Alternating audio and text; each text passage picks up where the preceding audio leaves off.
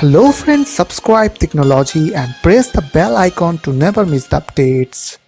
Hey guys, welcome back to our channel Tricknology. So in this video, I'm going to show you guys how to create a password reset disk in your Windows 7 computer. So you just need to follow me. So first of all, you need to go to your start menu and after that click on control panel. So here you will get one option is called user account and family safety. So if you will not get this option, then just go to view by and select the category from here. Okay. After that you have to click on user accounts, and now on the left side corner you will get one option is called create a password reset disk. Okay, so before click on next, you have to insert one pen drive on your computer, which I have already inserted.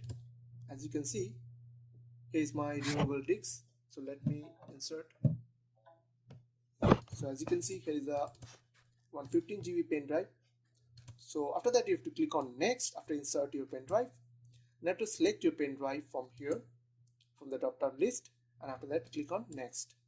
Now you have to put the current password of your computer. Now click on next. Now as you can see, it's showing the progress is 100% complete. So click on next.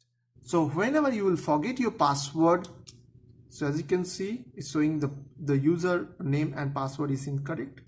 So click on OK. After that click on reset password from here, and you will get this window. So you have to click on next, and after that select your pen drive from here and click on next. After that you have to put the new password for your computer and you will be able to log in. So I hope this small video will really help for you, and please don't forget to click on the subscribe button, like button and share button. And if you have any queries or questions, then comments down below. I will see you guys in the next video. Take care.